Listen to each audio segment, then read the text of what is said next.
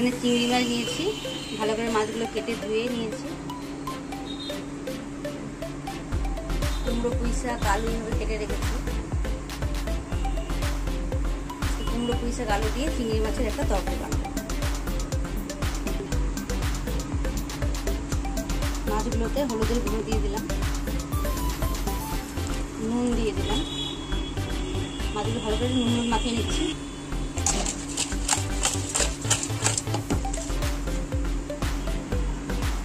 কড়াটা গরম হয়ে গেছে, তেল দিয়ে দিলাম।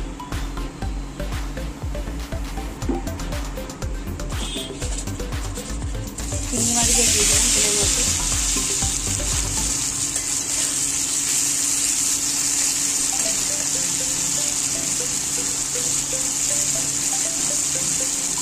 মাছটা ভাজা হয়ে গেছে, মাছ ভাজাগুলো তুলে নিচ্ছি। মাছ ভাজাগুলো তুলে নিয়েছি। তেলের মধ্যে শুকনো লঙ্কার পাঁচফোড়ন ফোড়নে দিয়ে দিয়ে দিলাম।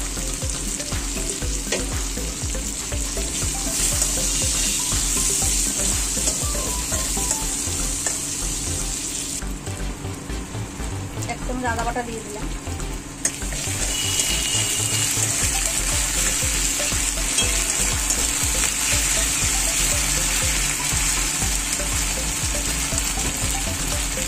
অল্প একটু জল দিলাম।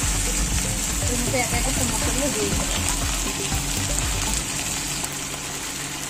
হলুদের গুঁড়ো দিলাম হাফ চামচ, নুন দিলাম হাফ চামচ থেকে একটু বেশি, দিয়ে দিলাম হাফ চামচ।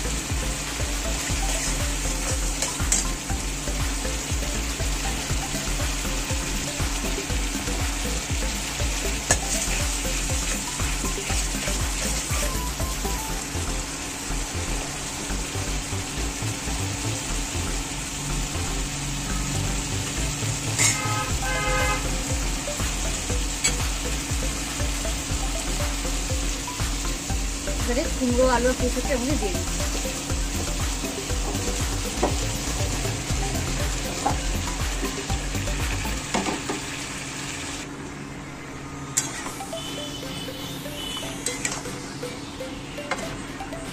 সবকিছু ভালো করে মিশিয়ে নিয়েছি। ঢাকা দিয়ে রান্না করছি 15 মিনিট।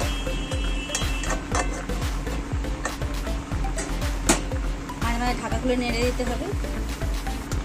গ্যাসের ফ্লেমটা মিডিয়ামে রেখে ঢাকা দিয়ে 15 মিনিট রান্না করে দিচ্ছি।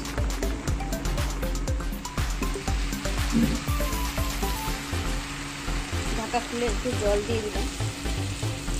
একটুখানি সিদ্ধ বাকি আছে, মাখা মাখা মতো হবে।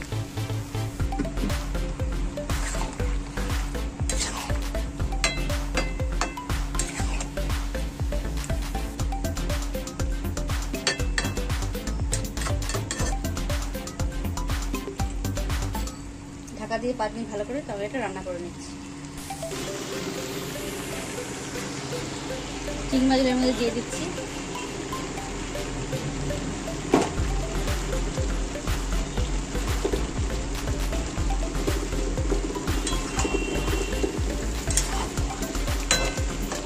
চিংড়ি মাছগুলো দিয়ে ভালো করে নেড়ে ছেড়ে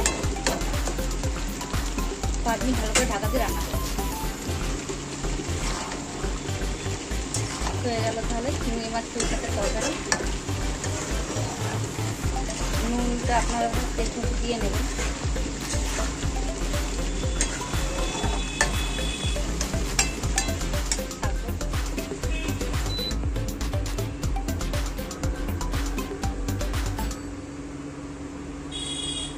আজকে এই পর্যন্তই, ফিরে আসছি নেক্সট কোনো ভিডিও নিয়ে। সবাই ভালো থাকবেন।